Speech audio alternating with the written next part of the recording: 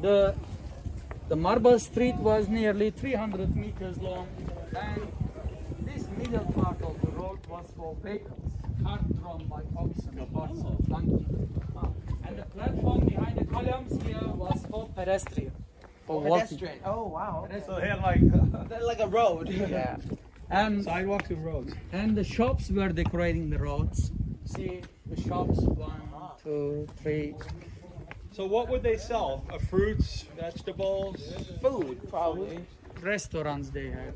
Restaurant. Greengrocers. Okay. So cafe bar like places, tavernas. People they were meeting on streets at that time.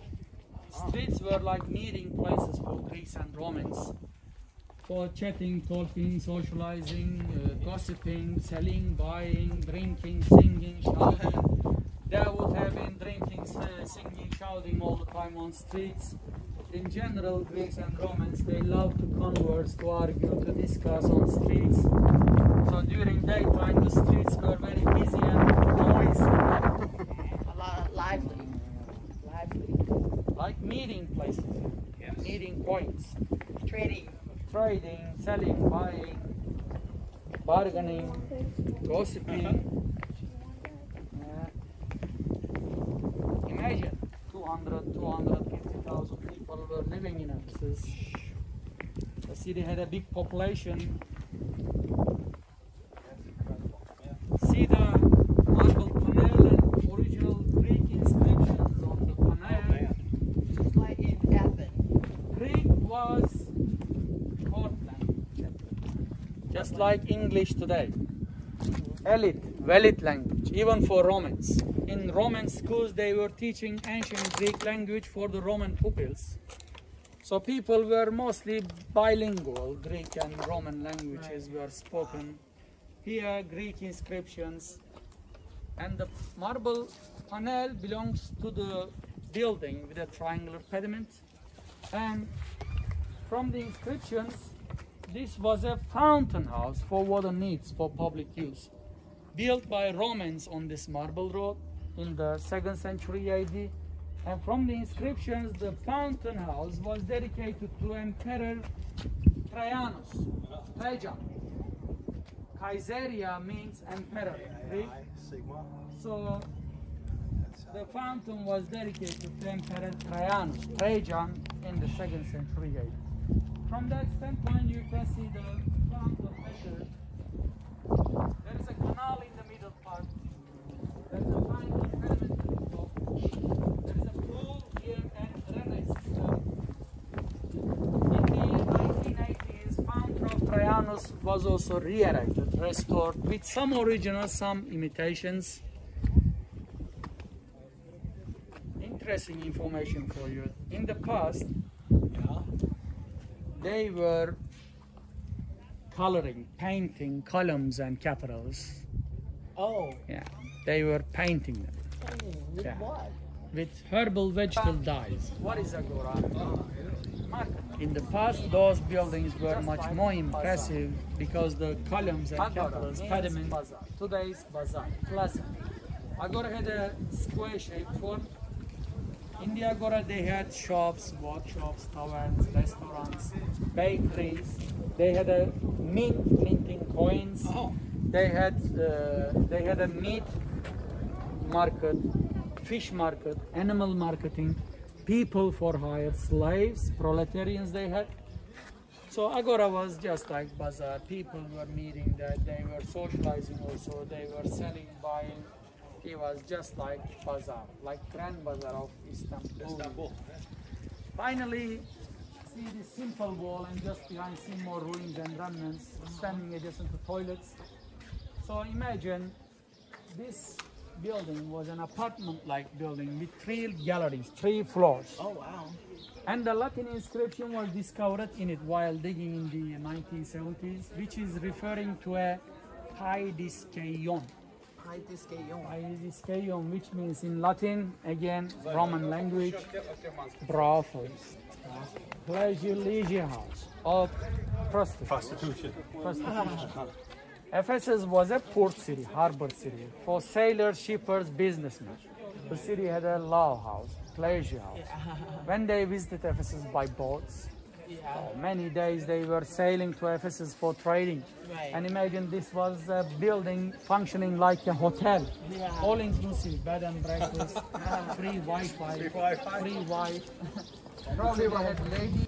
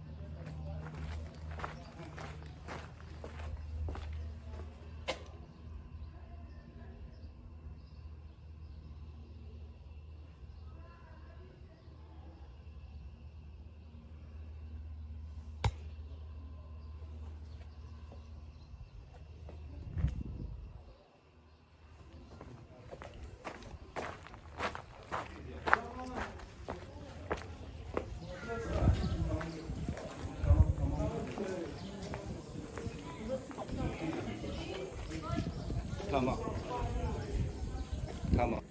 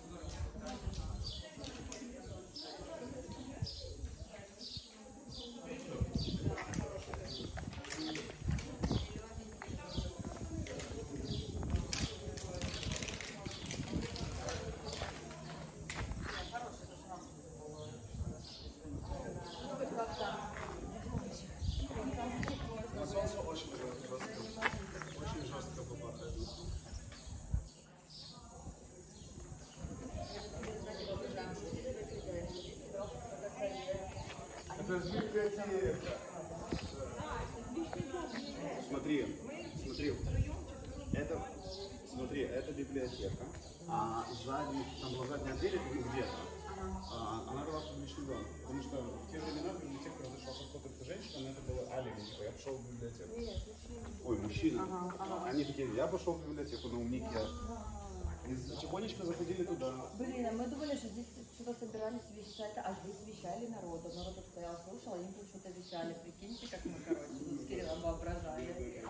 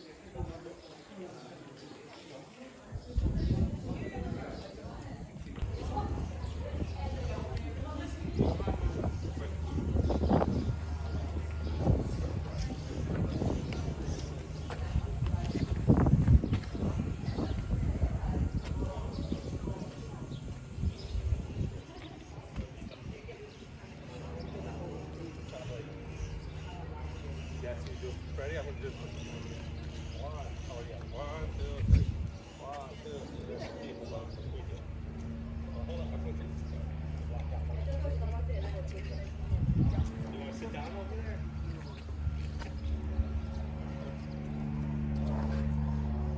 Там дальше, походу, с тебя пересылали. Я камеру вот там. Ну, кроме вон верх, а то у нас современная на придать тоже ее. А это реально старение.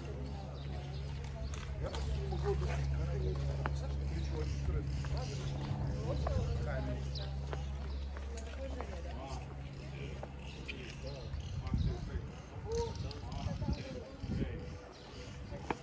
Two, three.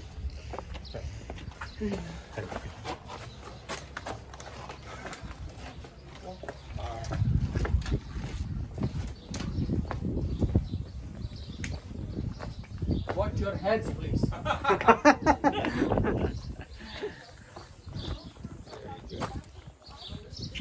Come and see here. We have some more ruins and remnants and columns. You can see So imagine this building was part of Parliament House. It was standing adjacent to the Parliament House, as you see.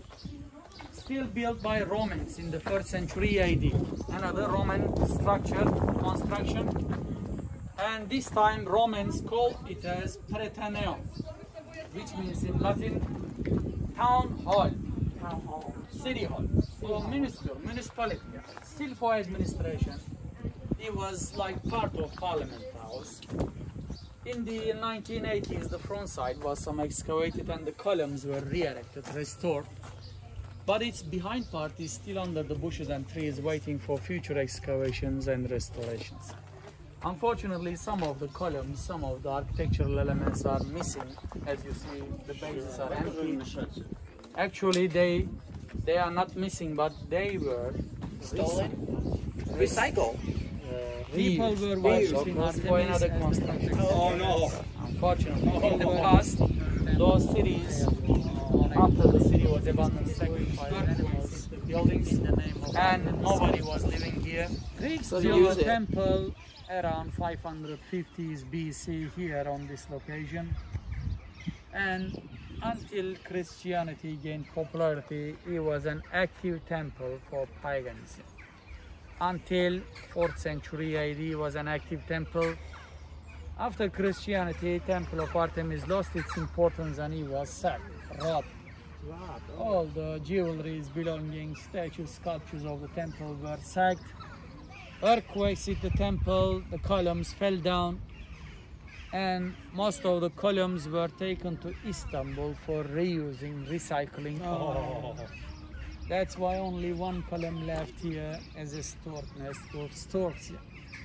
And that column was re-erected, restored in the 1979. On hillside there is a castle with a Turkish flag. It was built by Ottomans in the 13th century AD. Like a military district, military house for protection of the area. Yeah, like a fortress. And just below there is a mosque, masjid with two domes on top, still built by Ottomans in the 14th century AD. So the castle and mosque were built by Ottomans in the 13th and 14th centuries. Earthquakes hit the castle and mosques as well. The walls fell down.